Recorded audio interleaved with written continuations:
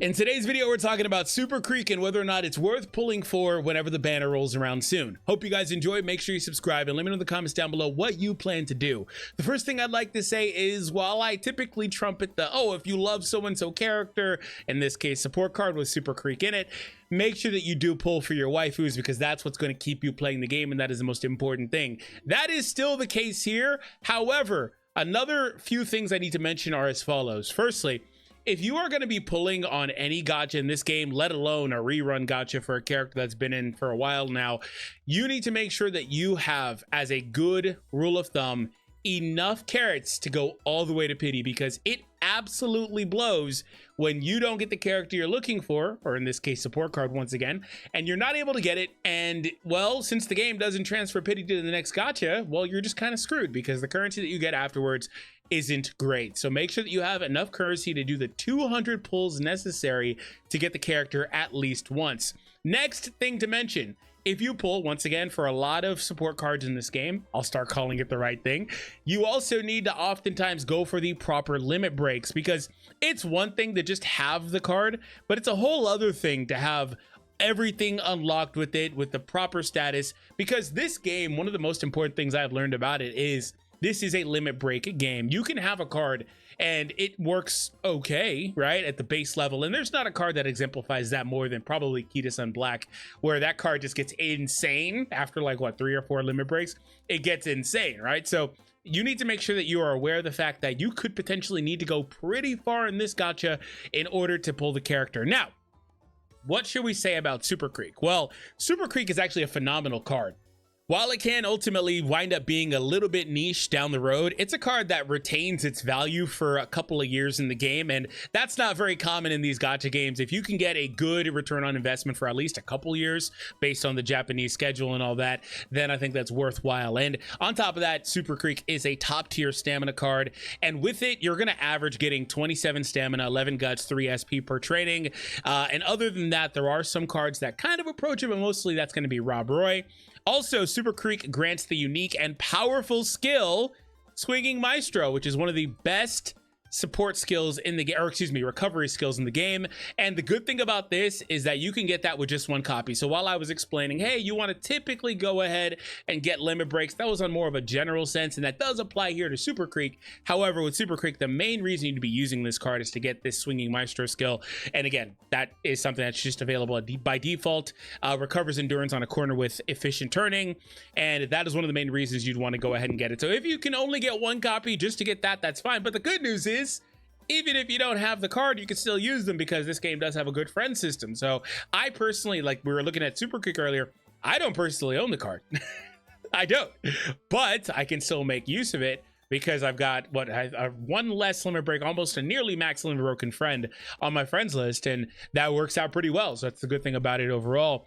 And like I said, it is very good with longevity. It retained its meta relevance for 3 years post-launch in the JP Korean servers.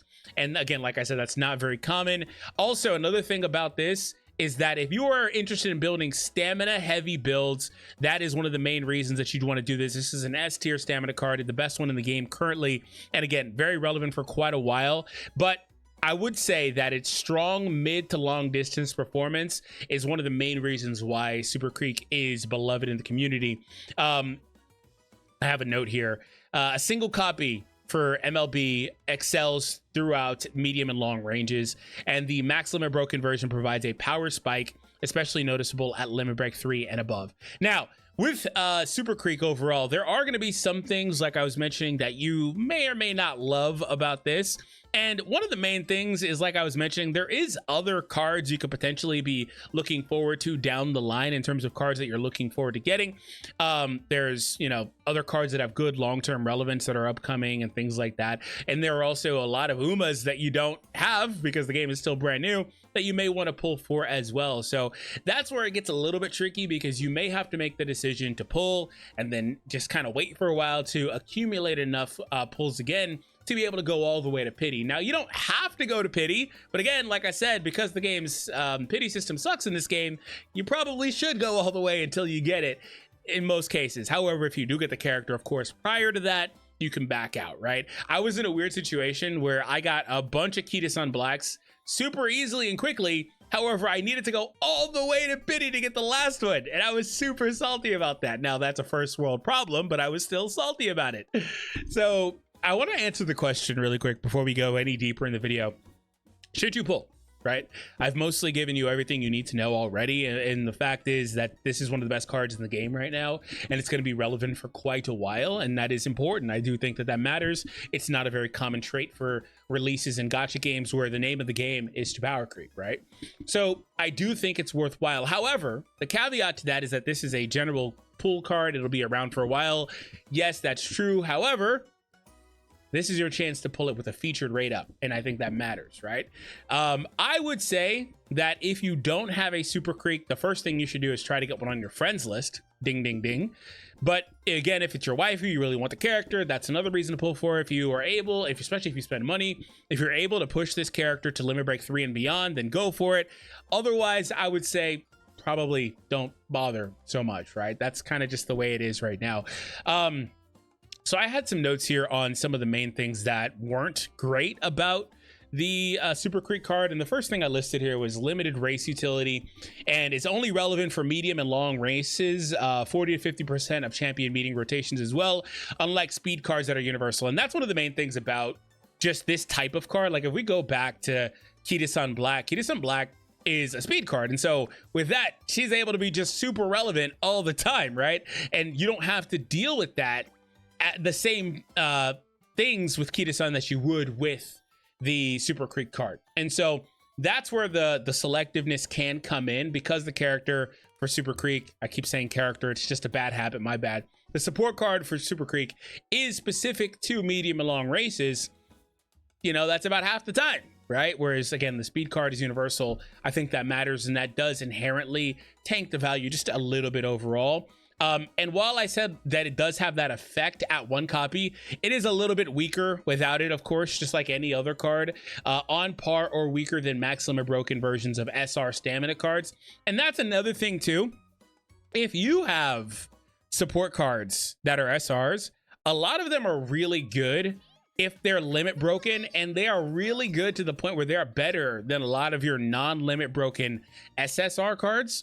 If those cards are versus cards that are limit broken as SRs versus non-limit broken cards, because they just pick up so many other effects and get so many other benefits to where that stuff is, it starts to outweigh some of the events and the other stuff that's in these cards, right? Just the sheer amount of special priority, things like that these cards are getting because of their limit breaks is important. So at that point, again, if you only have one copy, like I said, the skill's good. I'll say it endlessly.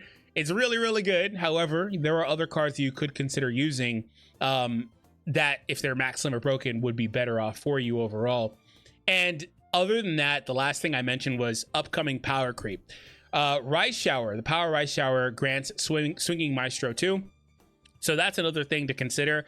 This is not going to be exclusive to this card, so you don't have to consider that only to where it's like, oh, I have to get it now, because if I don't do it, I don't get it. I can't get Swinging Maestro at any point. That's something you can get later on down the road. Riko Kashimoto delivers massive stamina via events as well. Super Creek becomes unnecessary in the Aoharu scenario, which is 4 months of obsolescence. And best use might be borrowing rather than play. Yeah, so that's the last thing. I wanted to go over my notes and all that stuff because there was quite a lot that I wanted to cover for you guys. But yeah, so Super Creek, super strong card. Ultimately, though, winds up losing relevance via the things I mentioned. That's not a bad thing in particular. Has a very good lifespan, very useful. And there are going to be some Umas that you would want to prioritize. To Malcross. There are going to be some Umas that you're going to want to prioritize that stamina build on.